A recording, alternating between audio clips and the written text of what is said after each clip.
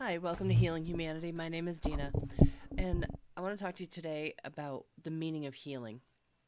So, when I talk about healing humanity, I talk about not wanting to live under other people's limitations because we all go around looking at other people, wanting what they have, trying to act like they act or steal whatever they've got. And not everybody, certainly. I'm speaking in generalities, um, but there's a lot of that going on, especially right now.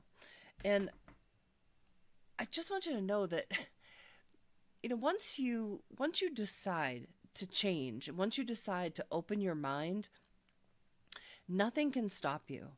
Nothing.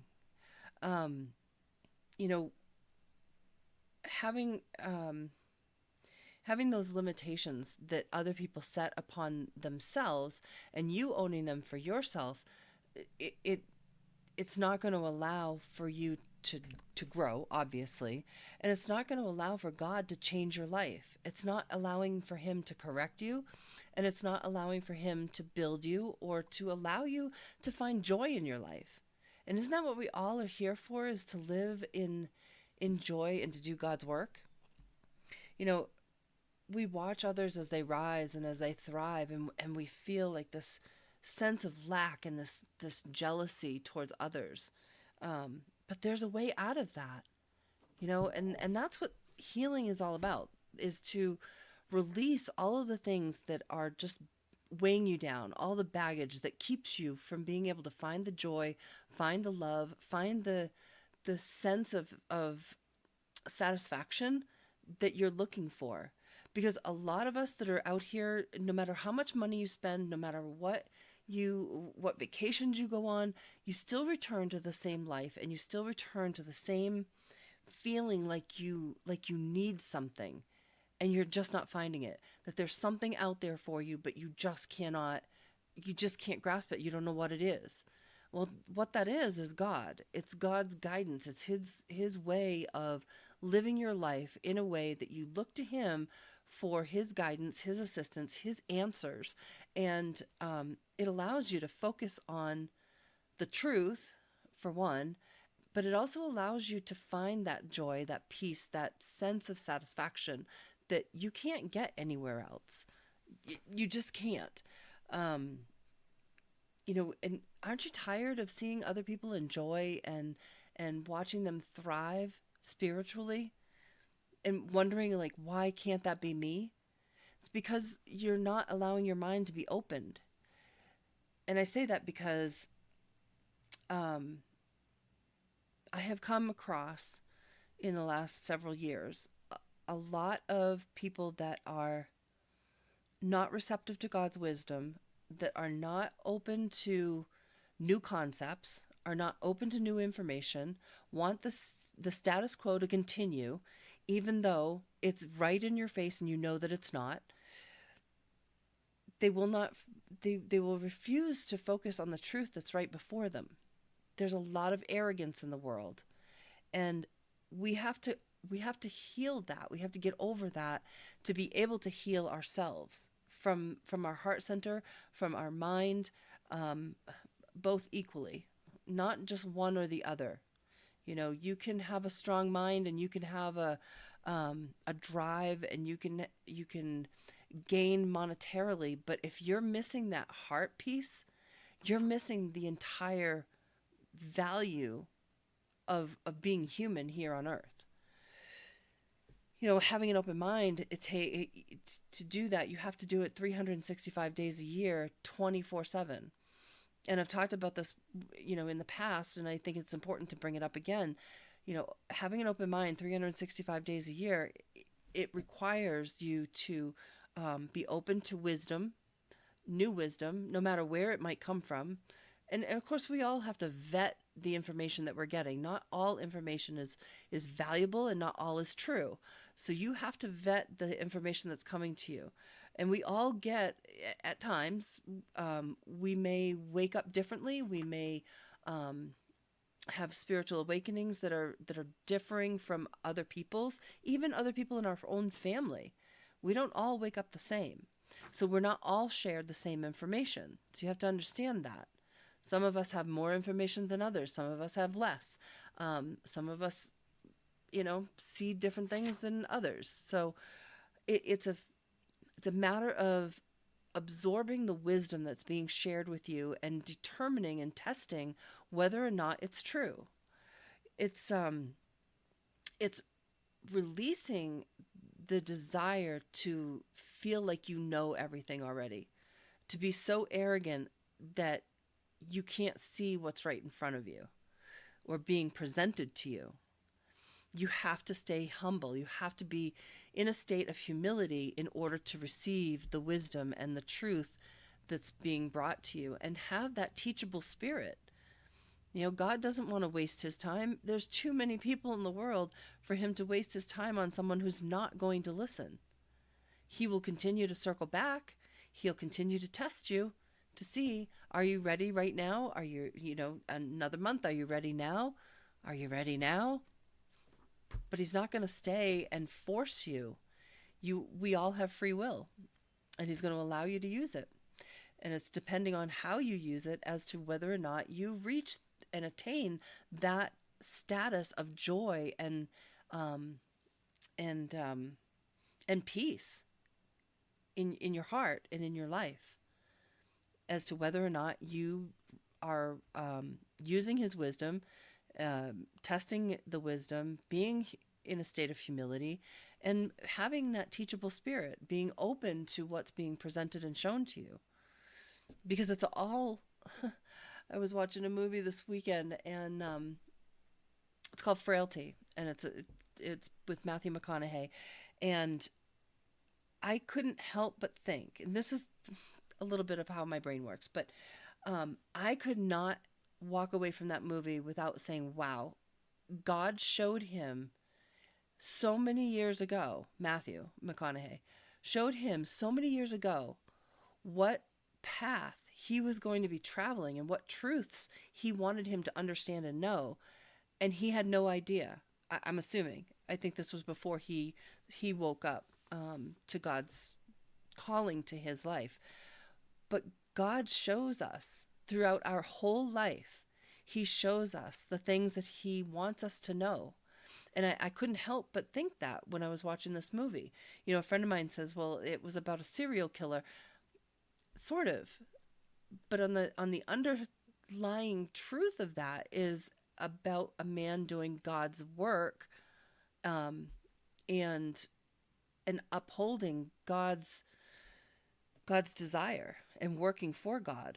And some of the things that they shared, some of the sort of backhand comments, some of the underlying information that's shared in that was pretty profound, actually. And it's meaningful to the way that the world is and the way that the information is coming to us about the world now. And I thought, wow, that's really powerful, because I don't know whether he probably realizes it now, but I bet he didn't realize it then. At the time that we're going through it, we don't realize what maybe is the meaning behind what it is that we're seeing or being shown or being guided through. But there's always a reason. And I can't help but think that God's wisdom is it's so profound and it's so amazing. And I walked away from that movie just thinking that completely. But like I said, we do have to test all things and allow Jesus to open our minds to understanding the truth. They will present it, they will show us, and we may not understand it at the time, but by remaining open-minded 365 days a year, you're able to process the information that you've been shown in the past. And how is it meaningful to where you're at right now? Is it meaningful? And how will it get you? How will all of your experiences get you to where you're going next? Sometimes you have answers to that. Sometimes you don't. But it's up to God whether or not he shows you, and he will. He'll continue to guide you and continue to lead you as long as you let him. Proverbs 1 verse 5 says, it encourages us to listen in order to gain wisdom and instruction. James 1:5 states that we should ask God for wisdom and to understand and navigate our lives. And I guess that's what I'm kind of saying is to ask God for that wisdom. Ask him for your guidance. Ask him um, for understanding of the things that you might have gone through in the past, good or bad, and what that means to you right now. Ask him and wait for the answers. Like I said before, God's wisdom comes in his timing, not ours. So sometimes it takes longer because what we don't understand is it's like a chessboard, right? You have to think 5 moves ahead sometimes in order to gain the outcome that you're looking for. And God does that. And I can't even imagine how many pieces he's moving at any one particular time in his mind, um but it is like that. It's life is just like that where God has this massive chessboard and we're all those little pieces that are being moved. So things may not happen within that first move. Somebody else 10 states away might have to be changed or guided in a particular way in order to get you where you need to be. So there's a connection. There's a link that you may not understand until you start to look backwards. And I encourage you to do that. Take a moment, meditate on what your life has been so far and how could it be purposeful to where you're at right now. Romans 12:2 says it calls us to renew our minds to discern God's will for our lives.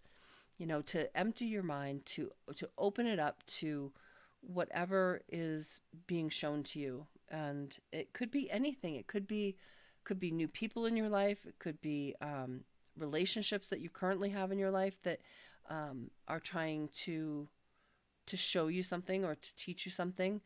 Um, it could be the work that you're doing. It could be numbers that you see on a regular basis. It could be anything that sort of stands out to you. Not everything that you see is a sign, but what I will say is that the things that stand out to you as odd, strange, different, um, maybe just like alerts you, maybe a confusion comes and you're not really sure what the meaning is. Those are the kinds of things that could be signs from the Most High to guide you, to give you information that you need, but you have to seek it. Um, and in Luke 24:25, it says, He opened their minds to understand the scriptures. And I will say that when God opened my heart and um, showed me so many new things, one of the things that did open up was a deeper understanding of the scriptures. And I have been diving in for years now on the scriptures. And I see things so much differently now than I ever did. And I also see things sometimes differently than a lot of other people do. And I suppose that can be a little contentious sometimes because people might find me argumentative, and I'm not being argumentative. I'm just trying to understand the way I understand the way the things are written. So I ask a lot of questions. I push people to hopefully answer my questions, but also to think about what they're reading in a different way also sometimes. Um, I am not an expert at all. And I don't ever claim to be. The people that are around me right now, they know I'm very uncomfortable with praying. I'm very uncomfortable with, um, my knowledge, and I feel like lack of knowledge of the full gamut of the scriptures. But I'm trying, and I've been trying for a very long time. Um, and I think that that's what's important right now. I think what I'm trying to say to you is keeping that open mind doesn't mean that you're going to be perfect all the time. It doesn't mean that you're going to understand everything all the time. I still don't. There's still things I don't understand and I'm still seeking answers for. Um, but when we're open to correction and when we're open to new information or a different view of the information that we think we understand, that's where the truth comes in, right? That's where we can start to see things a little bit differently. Um, and also be humble enough to be wrong. You know, um, I don't like to be wrong, but I also don't mind it. I also don't mind, stating something that I think is my truth and being told, no, that's not quite the way that it was intended, and here's why, and being explained the history of what it is that I'm trying to absorb. So I think that that's really important, in this path, is to just remain humble enough to be wrong, and then just focus on God's truth in your life. Like I said, sit down, someday, real soon, and look at how God has moved in your life. Um, get past the anger, get past the resentments, move past the limitations, the frustrations, and the need, like the emptiness, that need that you're feeling, and just really think about where you've been led and how you've been led. And not all of it's good. I get that. Not all of my life has been good, but it has been purposeful. And that's I still struggle with that, because and I sit here right now, and as I'm thinking, as I'm talking to you, my mind is going to, well, there's a lot of people that have been through a lot worse than I have, and I understand that, but I truly believe that there is a bigger reason for it. And I say that from the bottom of my heart, because the things that I have gone through were so upsetting most of my life. And I just realized, over the last few years, that there has been a larger purpose for all of it.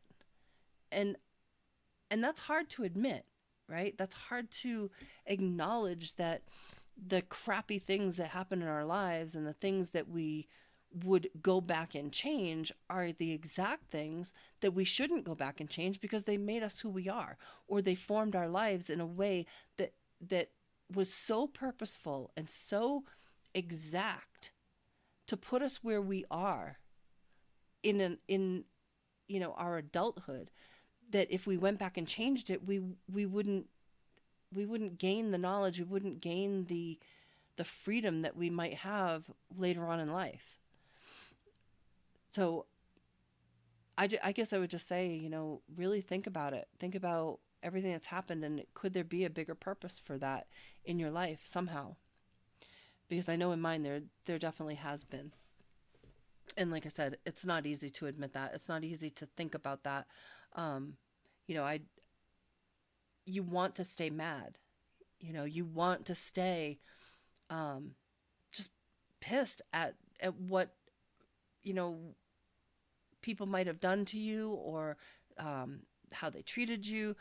But truthfully, really, truthfully, it is all for a reason, for a better reason.